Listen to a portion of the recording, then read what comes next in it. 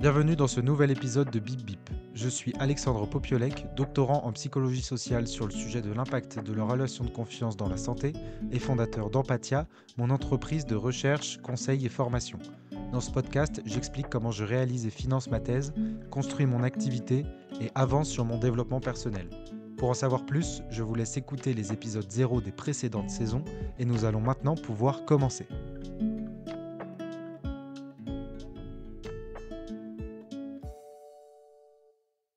Dans la lignée de cette saison 4, une idée, rapide, je crois, à vous transmettre cette semaine, qui est directement compréhensible dans le titre.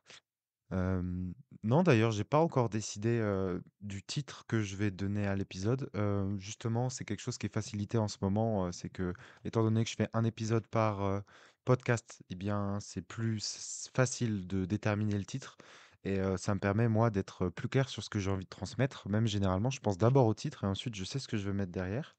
Mais là, je suis pas sûr de comment je veux le tourner. Dans ma tête, c'est le même sujet, mais j'ai 2 titres accrocheurs que j'ai en tête, donc on verra comment, vous, rentrerez dans ce sujet-là. Mais, je vais commencer directement par, ce que je sous-entendais par le premier titre que je vais pas vous donner parce que je vous laisserai la liberté de chercher et de deviner quels, pouvaient être les différents titres que je j'avais prévu de faire. Alors, je pense que c'est pas un podcast très long. Je sais que je dis ça à chaque fois, mais cette fois-ci, j'ai quelque chose que je trouve, super intéressant à vous transmettre, mais j'ai pas une demi heure à dire sur le sujet normalement, même si vous commencez à me connaître. Peut-être que je vais trouver un angle et que je vais partir. Dans tous les cas, c'est plus vraiment le temps, qui compte, c'est, essayer de transmettre, quelque chose qui me fait plaisir de vous transmettre. Alors, pourquoi l'épisode va être court, ou en tout cas pourquoi j'ai pas beaucoup d'idées cette semaine, c'est parce que il s'est passé beaucoup de choses, mais je ne peux rien dire. Voilà, bienvenue dans mon podcast de Building Public où je commence à vous dire, de moins en moins de choses. En fait, je vais commencer par la fin, ce que j'ai avancé sur, plein de moyens d'accompagnement comme je vous l'ai dit la semaine dernière. J'ai pas envie de vous parler tout de suite de ce qu'on s'est dit parce que déjà il y a des choses qui sont assez personnelles, assez pas encore contractuelles, enfin dans ma discussion avec les gens et j'ai pas envie de vous le transmettre et l'autre grande avancée de cette semaine, c'est que j'ai rédigé mon projet de thèse. Donc, j'ai envie de vous raconter quelque chose autour de ce projet de thèse et de le tirer sur, un avis, une position, que j'ai envie de vous transmettre.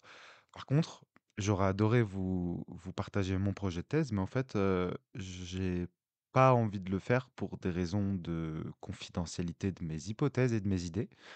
Parce que, je commence enfin à avoir quelque chose de construit et je suis assez loin de pouvoir prouver ce que je dis. Je vais mettre des années, donc là, on est quand même à une phase où on peut voler mes idées.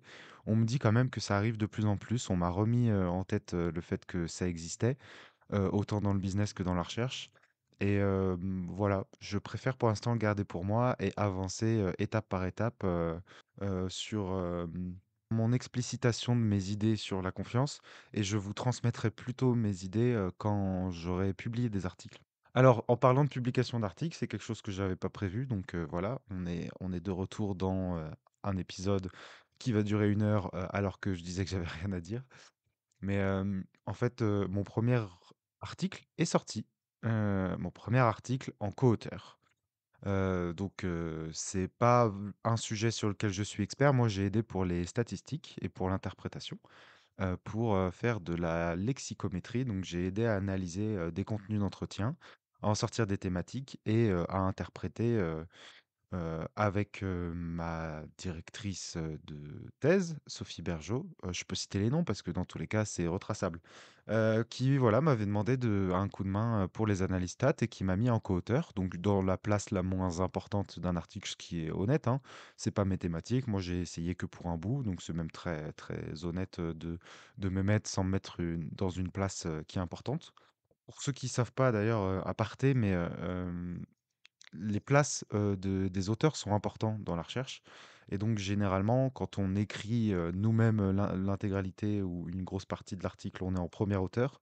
Quand on est un peu, directeur, qu'on gère ou qu'on finance depuis longtemps, une étude, on est plutôt en dernier auteur Et le deuxième aut et ensuite il y a un ordre d'importance, c'est-à-dire que plus on est au centre, moins on est important. Donc l'avant-dernier auteur peut être important et le deuxième peut être important et ensuite, bon, s'il y en a 5, et bah, en gros la place la moins importante, c'est celle du milieu.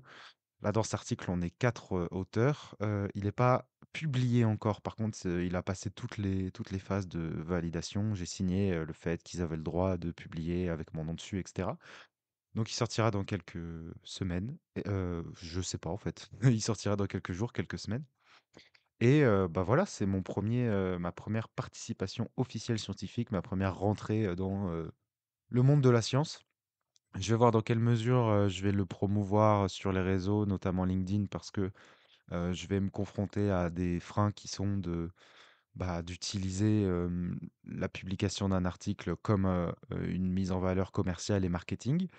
Et étant donné que je suis pas premier auteur, j'ai pas envie de m'approprier, ce travail, mais c'est vrai que, de vous à moi, bah, j'aimerais bien en profiter pour dire, bah, ça y est, je suis capable de participer à une recherche scientifique qui aboutit à un article et en plus, je l'ai fait pour, certains types de statistiques.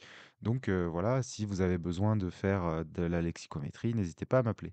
C'est un post LinkedIn que j'aimerais bien faire, mais que je ne vais, pas faire, en attendant déjà que l'article soit sorti et qu'il y ait validation, des peut-être même de tous les co-auteurs parce que c'est quand même m'approprier un travail. Moi, je trouve que c'est pas loin de ma limite éthique. Après, si tout le monde est d'accord, eh bien, c'est la limite éthique sera là, mais en tout cas, le faire sans demander, je trouverais ça un petit peu limite. Voilà pour l'aparté, ça c'est un sujet que je vais pas mettre dans le titre parce que j'ai arrêté de faire des titres à rallonge avec les sujets. On va maintenant rentrer dans le sujet général qui est que j'ai, rédigé mon projet de thèse, j'en suis très heureux et j'ai envie de vous expliquer un peu ce qui s'est passé et ce que ça me permet de ressentir. En fait, j'ai eu, depuis que je suis rentré de Martinique, donc maintenant à peu près, 3 semaines, oh quasiment un mois, enfin oui, je suis parti il y a un mois et je suis revenu il y a 3 semaines. J'ai depuis la Martinique, du stress qui est revenu, donc maintenant ceux qui écoutent assidûment savent que le stress est un sujet chez moi. J'ai du stress qui est revenu tous les matins. Je me réveillais avec la boule au ventre tous les matins depuis 3 semaines et sans savoir pourquoi. Je sais même pas encore si c'est fini, si j'ai compris et j'ai beaucoup de d'arguments et j'ai beaucoup d'idées surtout sur, les raisons de ce stress. Mais il y en a une qui m'a frappé, et j'ai le sentiment que c'était ça. Donc voilà, je vais juste vous raconter mon expérience avec la rédaction de ce projet de thèse. Comme vous le savez, ça fait un peu plus d'un an, et demi que je suis inscrit en thèse, beaucoup plus longtemps que je fais des recherches sur mon sujet et depuis ce temps-là, je n'ai pas rédigé quelque chose que des gens font avant moi, hein, mais c'est pas grave. J'ai compris que maintenant chacun suivait son parcours. Hem, je n'ai pas écrit, depuis ce temps-là de projet de thèse, c'est-à-dire, une petite introduction thématique, et potentiellement un axe 1, un axe 2, un axe 3. Donc un axe, c'est, voilà, on va d'abord commencer par, explorer ceci, puis explorer cela. On va le faire, grâce à une étude qui ressemble à ça, puis une étude qui ressemble à ça. Voilà, essayer de cadrer, dans un ordre cohérent et chronologique de quelle est la grande idée, la grande thèse que j'ai envie de défendre. En fait, j'avais beaucoup d'idées, c'était même, un problème, un peu trop d'idées, mais ça me manquait de blocs cohérents de ce que j'ai envie de faire. À chaque fois, j'arrivais à trouver des blocs cohérents, mais sans réussir à le coucher sur le papier et faut savoir que je pense que j'étais dans le dispositif de plus j'en sais, moins j'en sais et donc quand on rentre juste, dans une thématique, peut-être c'est possible de dégager un plan un, deux, trois. Mais quand ça fait des années qu'on lit sur le sujet et qu'on se dit: «Là, il faut que je trouve parmi ce nuage, d'idées et de choses que j'ai envie de faire, quels sont les 4 points généraux, qui peuvent ressembler à un plan chronologique pour définir mon sujet de thèse?» et bah, c'est dur à faire et donc là, ce que j'ai compris, c'est que je crois que mon corps, trouvait ça dur avant que ma tête le comprenne. C'est-à-dire que j'ai le sentiment que c'était, ça la raison de mon stress. Parce que je m'étais dit et je l'avais noté sur mon agenda et puis ça va sur, là où j'en suis, enfin ce que j'avais prévu. Là, j'ai un peu moins de projets, du côté entrepreneuriat.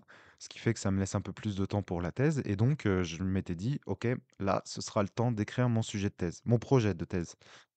Donc c'est un document, qui fait normalement quelques pages où on explique globalement, on dessine, notre quête théorique rapidement et on décrit, les étapes, et le gros sujet qu'on aimerait défendre et les sous-sujets, qui rentrent dans ce gros sujet. Et en fait, j'ai eu, plus d'une semaine et demie de bugs, de flemme, et de procrastination, suite à, cette envie d'écrire le projet de thèse et sans vraiment comprendre pourquoi en fait. C'était pas assez, disponible dans mon esprit de savoir que le problème était le sujet de thèse. Mais je m'en suis rendu compte quand, seulement quelques jours avant, prendre un rendez-vous où je devais exposer mon projet de thèse à mon encadrement de thèse, je me suis mis à, stresser d'autant plus, à quasiment avoir les larmes aux yeux, avant d'écrire le projet et je me suis dit: «OK, il y a quelque chose, de bizarre autour de ce sujet» et en fait, j'ai compris que, cette rédaction de projet de thèse me ramenait à, la vie d'avant, à la vie d'il y a 6 mois. Donc, pour ceux qui comprennent pas, je vous laisse écouter l'épisode 0. Je vais pas non plus expliquer tous mes problèmes à chaque épisode comme ça, seuls les vrais qui écoutent, tous les épisodes, connaîtront, le tout. Mais, ça m'a ramené à une époque où, j'allais moins bien et finalement, c'était le dernier moment où je travaillais vraiment sur ma thèse et je crois que toutes mes émotions sont revenues à ce moment-là. Et il y a eu quelque chose d'extrêmement, cathartique de ressortir des émotions, et donc j'ai vraiment vécu ce truc que, pour lequel j'avais limite tendance à me moquer des écrivains, qui ressortent des choses de leur tripes et qui finissent par, avoir le sang glacé à force d'écrire ou stresser, sangloter en écrivant et ben, en fait, ça m'est quasiment arrivé. J'ai fondu en larmes à la fin de la rédaction de mon projet de thèse parce que je crois que c'était déjà tellement difficile intellectuellement de synthétiser et de trouver une cohérence dans plein de choses que je pensais depuis quasiment 3 4 ans, mais aussi de, lâcher les émotions que j'avais, associées à ce grand sujet qu'est la thèse dans ma vie. C'était très dur, mais plus j'avançais, moins je stressais et puis à la fin, quand j'ai eu, quelque chose d'avancé de man qui me satisfaisait, j'ai fondu en larmes et je me suis dit: «OK, il y avait bien, un problème autour de cette thèse. Je pense que ceux qui me connaissent et qui écoutent, souvent le podcast le sentaient, hein, que la thèse, c'était un sujet. Mais, finalement, je comprends beaucoup mieux, que, c'est un sujet pour beaucoup de gens et je comprends mieux en quoi c'est une aventure vraiment particulière. Encore une fois, c'est mon trajet, hein. Je sais qu'il y en a, potentiellement à qui on a, proposé un projet de thèse pour qui la constitution du projet de thèse n'était pas quelque chose de compliqué. Mais moi, je suis, dans un style d'encadrement que j'aime beaucoup, qui est de me laisser très libre sur ce que j'ai envie de faire dans ma thèse. Sauf que du coup, ça me met face à un grand vide qui est: «Mais qu'est-ce que qu'est-ce que j'ai envie de faire?» À force d'avoir lu et à force d'avoir des idées qui changent, heu, c'est quoi ma thèse? Et donc ça a été un long périple qui n'est pas fini, hein, parce que, beaucoup de gens me font un retour comme quoi, très souvent on redéfinit, on modifie. Mais c'est enfin la première pierre solide et claire de mon projet de thèse avec 4 axes, 5 études, heu où j'ai déjà des idées en fait d'un espèce d'arbre de décision où je me dis: «Oui, si j'ai pas le temps de faire l'étude 4, je pourrais le faire de cette manière» ou alors là, si ce sujet j'ai pas le temps de l'aborder, je pourrais l'aborder rapidement dans cette partie. En fait, j'ai dessiné, oui, mais en fait, j'ai écrit plutôt un cadre, qui est clair et qui donne une feuille de route, mais je sais très bien et je devrais même peut-être écrire d'ailleurs, quels sont les virages dans cette route et quels peuvent être les raccourcis, parce que, ce qu'on m'a conseillé, c'est que c'est intéressant de pas se dire, de pas réfléchir en nombre d'années, de thèse, même si c'est la question que tout le monde me pose, il te reste combien de temps? Mais plutôt en termes d'aboutissement d'une réflexion et de quelque chose de logique. En se disant: «Qu'est-ce que tu as envie de faire? Qu'est-ce que tu as envie de prouver?» Tu essayer d'écrire ce que j'ai envie de prouver et ensuite, qu'est-ce qui, tient 1 an, 2 ans, 3 ans, 4 ans et on voit là où on peut s'arrêter pour que tu aies un bloc assez cohérent pour écrire une thèse Et donc j'ai fait ça, j'ai plutôt écrit un projet de recherche, dans lequel j'ai défini, un moment où, c'était satisfaisant pour, écrire, une thèse. Et donc faut savoir que c'est, en tout cas pour ma part, avec toute mon expérience et vraiment ma singularité dans ce parcours de thèse, c'était à la fois, extrêmement dur et à la fois extrêmement salutaire. Ce qui fait qu'aujourd'hui, j'ai, enfin un cadre clair, qu'il faut que je précise, mais je sais où je veux aller. Et voilà, je voulais tout simplement vous partager, ce moment, dans la vie d'un chercheur, d'un espèce d'accouchement intellectuel de choses super complexes. Je sais pas comment le transmettre pour des gens qui ont pas vécu ça, mais j'ai un peu le sentiment que c'est comme si on avait un conflit, par exemple avec sa famille ou avec, la personne avec laquelle on vit, et qu'il y a plein de choses, qu'on aimerait dire, et on sait pas vraiment, comment s'y prendre, et qu'un jour on arrive soit à avoir la discussion parfaite où on transmet toutes nos idées, soit à écrire, quelque chose. Moi, ça m'est déjà arrivé pour résoudre des conflits. Généralement, j'envoie pas les lettres, mais d'écrire des lettres de mon côté, pour, synthétiser. Et quand imaginez, quelque chose que ça fait des années qui traîne, et de la réussir à envoyer le message, à écrire ou à avoir la discussion où vous avez enfin les idées claires sur ce que vous pensez, et bah, il y a une sensation très, agréable de relâchement, et aussi très complexe intellectuellement. Je pense que ça pourrait s'apparenter à ça. Ouais, moi je vois un espèce de il y a une métaphore que j'avais utilisée, enfin non, que j'avais eu en tête justement, donc voilà, c'est inédit. La première fois que vous l'aurez entendu, c'est dans Bip Bip. En fait, j'ai le sentiment que, ma manière d'avoir fait une thèse, donc c'est vraiment ma manière, c'est de apprendre beaucoup d'allumettes. C'est-à-dire que, imaginons qu'à chaque fois que j'apprends quelque chose sur la confiance, on me donne une allumette. Et donc à force, j'ai des soit je lis et je gagne une allumette, soit j'ai une nouvelle idée et je gagne une allumette. Et au fil du temps, au fil des années, je commence à avoir tout un tas d'allumettes. Et écrire un projet de thèse, c'est, faire une tour Eiffel avec les allumettes. Donc on a plein d'idées, les allumettes, on les a, disons que la colle aussi, on l'a. Et là, on nous dit: «Vas-y, fais un» ou on peut faire avec un château de cartes si vous voulez, mais je vais aller au bout. Fais une tour Eiffel avec ces allumettes. Allusion avec les châteaux de cartes. Imaginons qu'à chaque fois que j'apprends ou que j'ai une nouvelle idée, de quelque chose sur la confiance, on me donne une carte, et au bout d'un an où j'ai, des centaines de cartes, on me dit: «Bah, vas-y, fais un super château de cartes».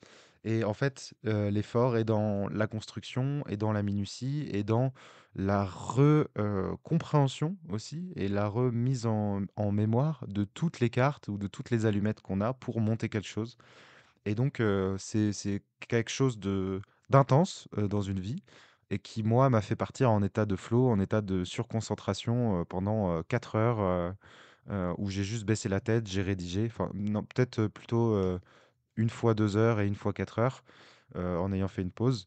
Et j'ai fini cette session d'écriture avec 6 pages, ultra théoriques, ultra poussées, par rapport à ce que moi j'ai dans ma tête sur la confiance. Ça reprend un angle assez fondamental, donc qu'est-ce que la confiance entre 2 personnes? Et essayer de, améliorer, la les définitions de la confiance et des concepts qui sont autour, mais aussi potentiellement de développer un modèle, théorique fondamental. Ce qui est globalement un de mes rêves, hein, de chercheur. Je pense que ça pourra toucher, d'autres personnes qui font de la recherche. C'est, développer un modèle et modifier ce que la science, conçoit derrière un concept.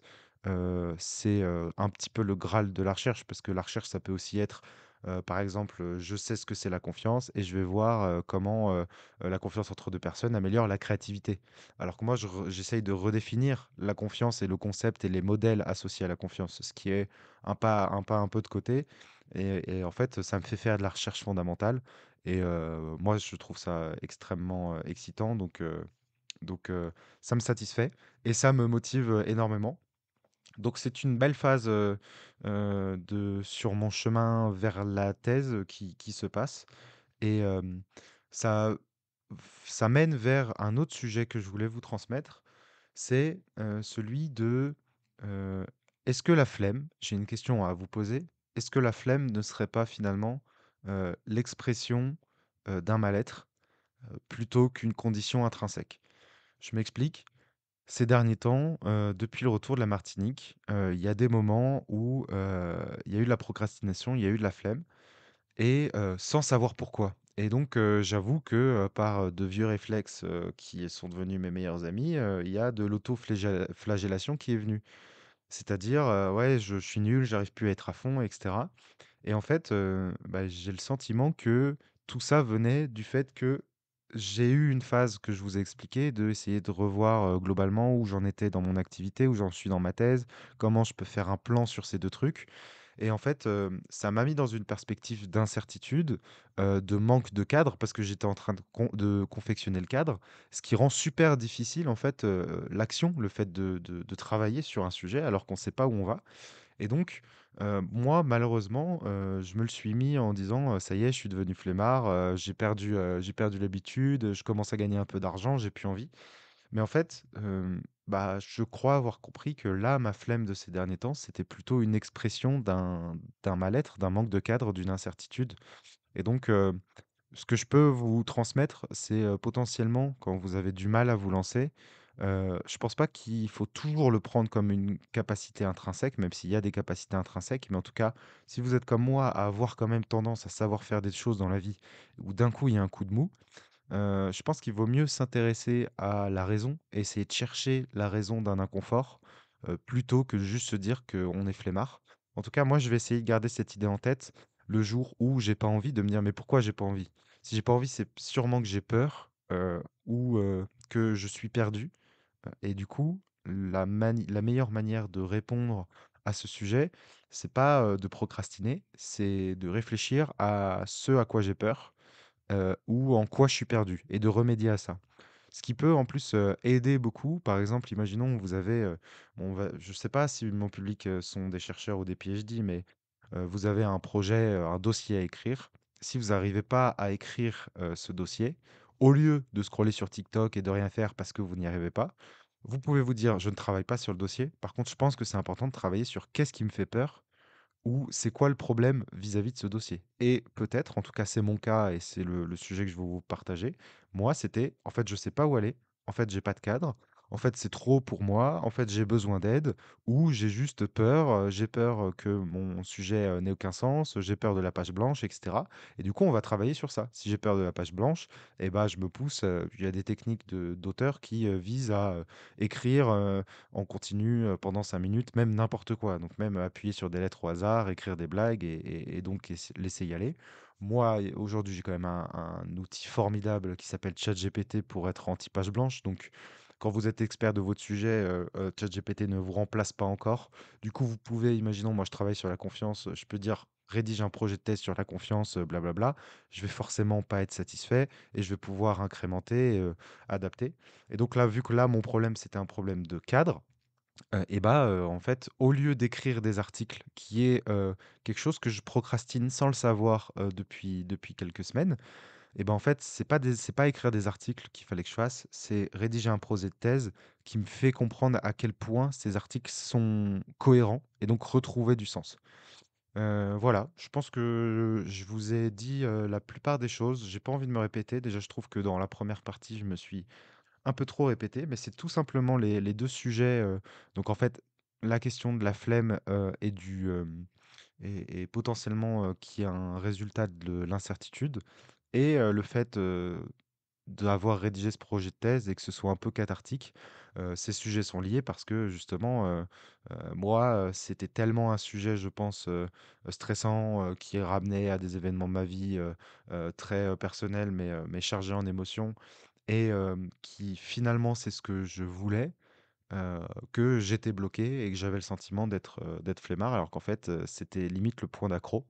Ça me rappelle quand même que souvent, les choses, que je n'ai pas envie de faire, et malheureusement, c'est des choses, qui font grandir. Je sais pas si c'est les bonnes, mais elles font souvent grandir et elles m'apportent beaucoup. Généralement, quand on a peur, c'est quasiment là où il faut aller, donc leçon à moi-même, de retenir ça. Pas tout le temps, je pense, mais à de multiples reprises, quand on finit par, passer, la peur, ça fait du bien. Donc moi, c'est comme ça que j'ai résolu, un petit peu cette énigme. Les solutions aussi des autres semaines ont fonctionné, c'est-à-dire que j'ai fixé un rendez-vous, d'encadrement de thèse, en disant: «Je dois vous présenter mon projet», alors que je n'avais pas écrit mon projet de thèse, donc je me suis bloqué à devoir écrire quelque chose. Et quand j'ai commencé à comprendre qu'en fait, j'avais vraiment besoin dans ma vie là d'avoir un cadre, de où je vais dans ma thèse, et bah, j'ai redoublé d'efforts malgré mon stress et malgré ma flemme. Je me suis dit: «C'est ça qu'il te faut maintenant», donc on travaille sur ça. Voilà, j'espère que vous avez passé une bonne semaine. Je vous souhaite une très bonne semaine et à lundi prochain pour un nouvel épisode de Bip Bip.